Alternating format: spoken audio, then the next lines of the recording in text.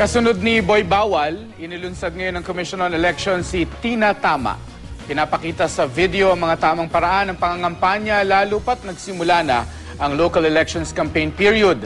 Makibalita tayo kay Shona Carrion ng GMA Cebu.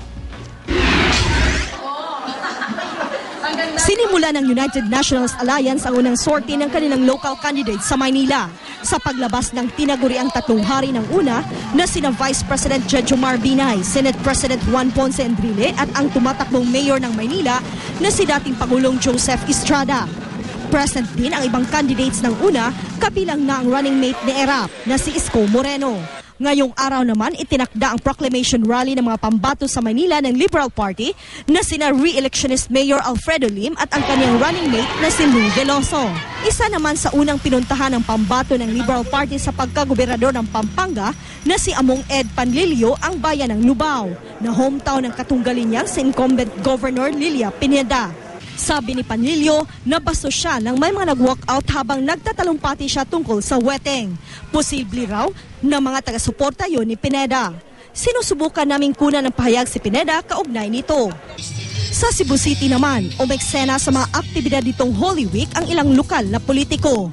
May mga nabigay ng bottled water na may sticker ng kanilang partido. Ang simbahan istrikto kaayo sa pagpahimangno sa mga politiko na dili mapahigayon niya na mga pag-distribute o mga paraphernalia nga may kanabigitan ng politika.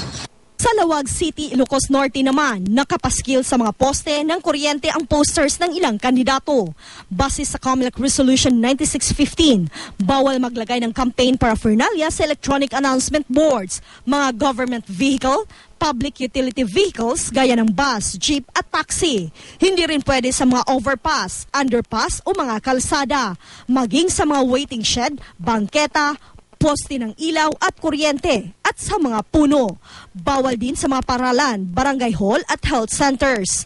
Para naman ipalala sa lahat ang tamang paraan ng pangangampanya, inilabas ng COMELEC ang isang instructional video kung saan bida si Ako si Tina Tama! Tama! Tama na. May ilan siyang tips para sa mga pwedeng gawin ng mga kandidato.